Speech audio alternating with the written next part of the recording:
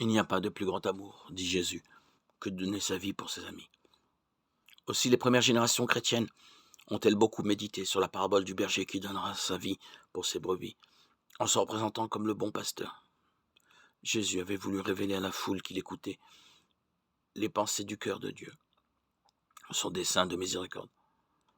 Un jour viendrait où une autre image frapperait davantage encore les esprits, celle du côté ouvert de Jésus en croix, expression du plus haut amour, le côté transpercé de Jésus d'où jaillirent l'eau et le sang, et aussi le signe de la fécondité de son sacrifice, car il est la source d'où sont nés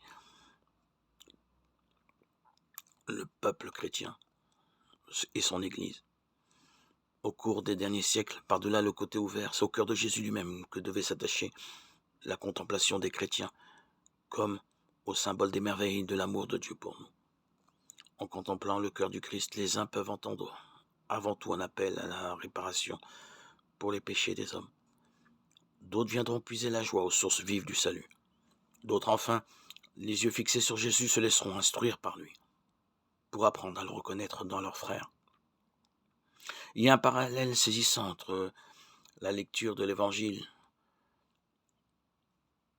Par le prophète Ézéchiel, Dieu se fait connaître à nous comme le berger qui va chercher la brebis perdue et qui la soigne si elle est blessée. Et dans l'Évangile, Jésus reprend les mêmes images pour nous dire « Le bon pasteur, c'est moi ».